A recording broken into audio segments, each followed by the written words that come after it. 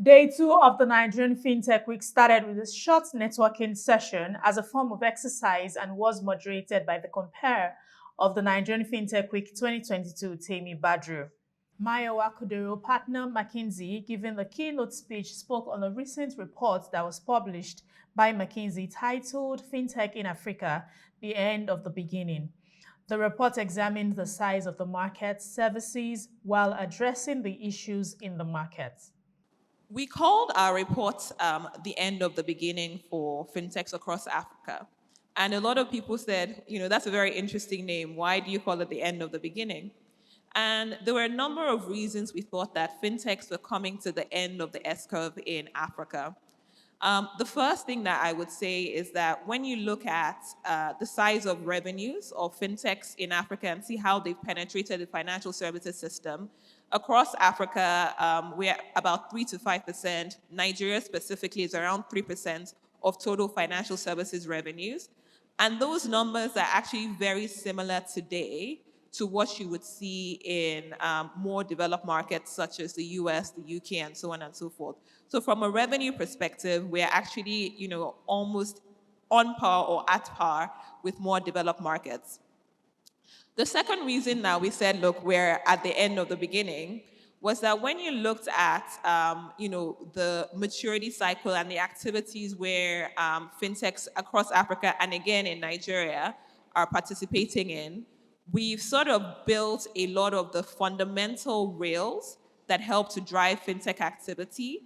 And now we're seeing more and more fintechs come into more and more complicated financial services. So that's another point to note. The third point to note is, I'm sure everybody is aware of all the news and all the press that you've been seeing about startups and fintechs. And we see sort of 3 or 4 big issues and big challenges that fintechs will have to face. Again, very similar to what you would experience in other sort of more developed markets. These challenges include the challenge of scale.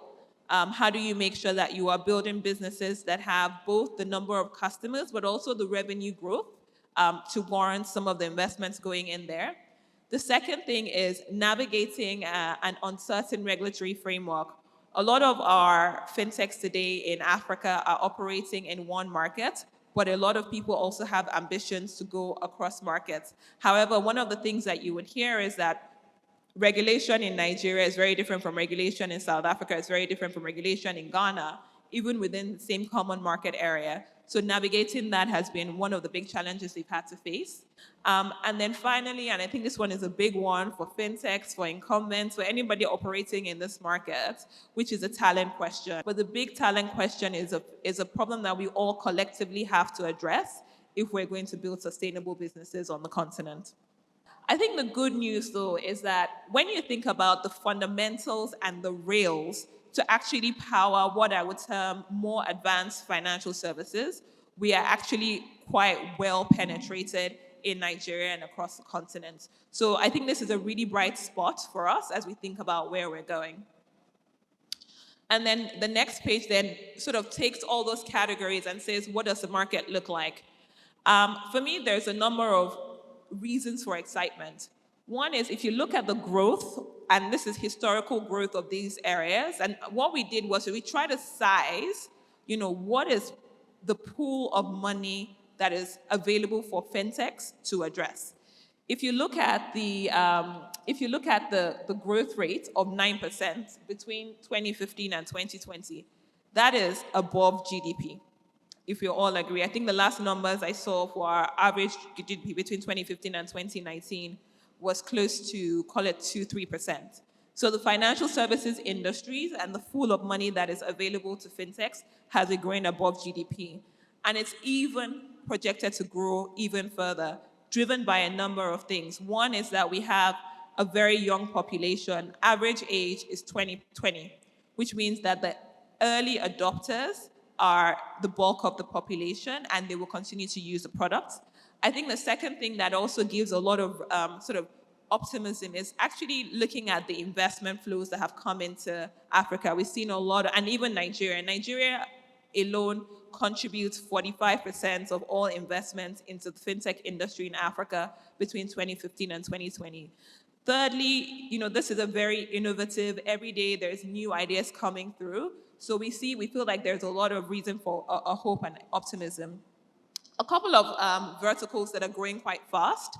One is wallets. We expect to see a lot of wallets sort of coming up in the future with the approval of licensing of PSB banks and so on and so forth.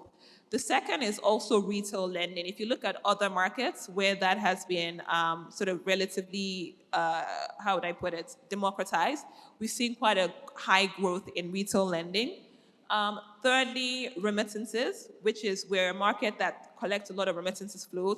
Unfortunately, I don't think the last mile delivery problem has been solved yet, but there are a few, again, very, very interesting companies coming up in that space, and the margins are relatively high.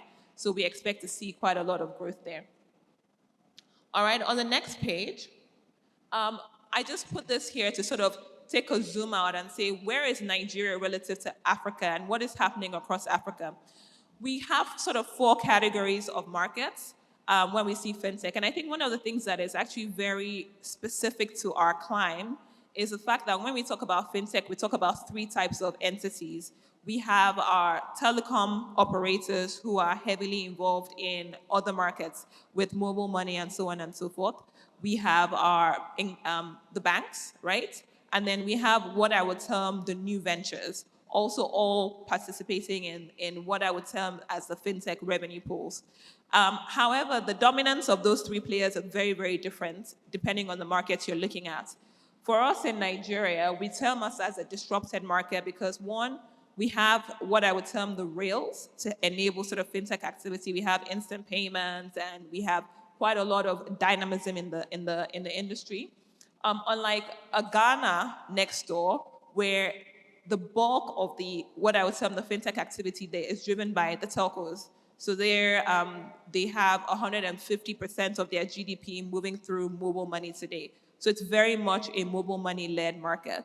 Finally, if you just move to the last slide, I think to unlock the true potential of fintechs, I think and one of the reasons I'm really excited about what is happening in this room today is that you have so many different types of players coming together to have a conversation about this industry. But I think we think about 3 levels of participants that need to come in and help drive growth in the industry. I think one is the role that the regulators have to play in encouraging sort of innovation, but also ensuring that customers are protected. Secondly, fintechs and incumbents. I think here the big question is, how do you build talent and train?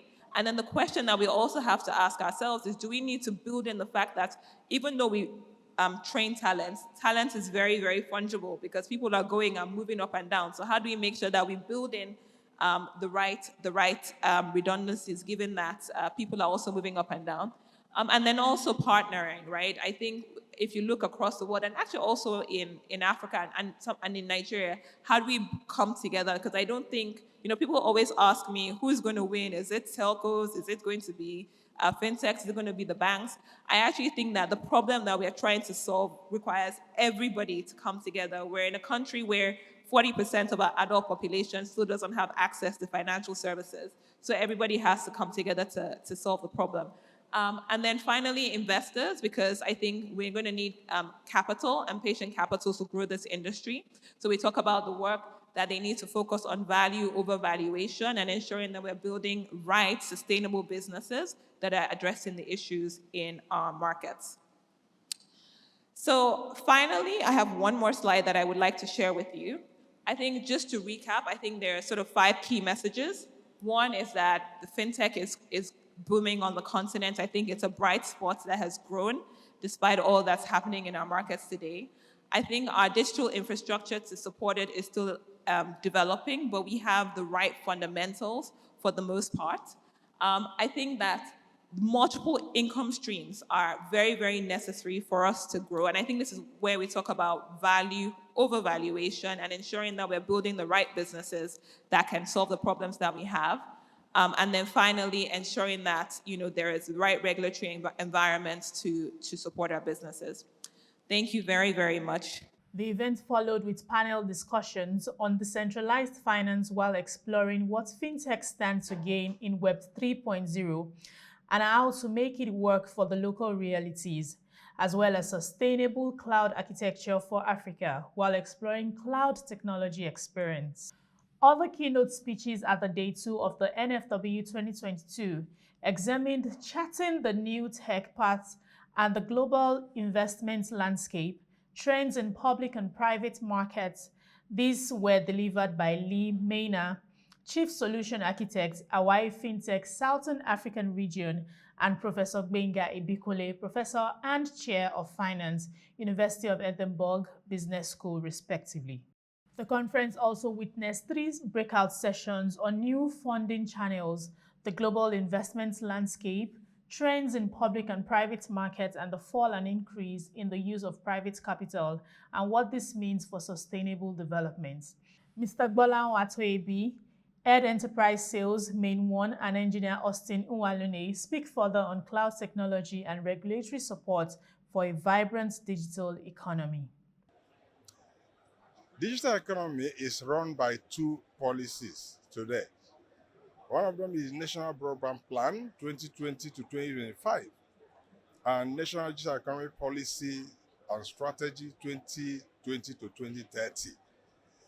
One of the pillars and the number one pillar of the NDEPs is developmental regulation. That is regulation that will not constrict development. Regulation that will foster development. So that is what we stand for. We do all to ensure, in the first place, that is our original assignment, to create enabling environment like the EVC's keynote says, to create the enabling environment for the private sector to deliver services to our citizens, wherever they are around the country, and for anybody who is visiting Nigeria.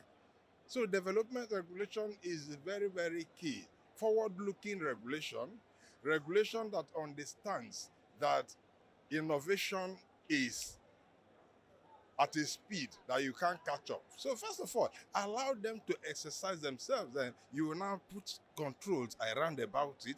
So that is what we stand for, and that is what we do. Thank you, Nigerian Fintech Week. It's been fantastic. It's come a long way. It's going even further.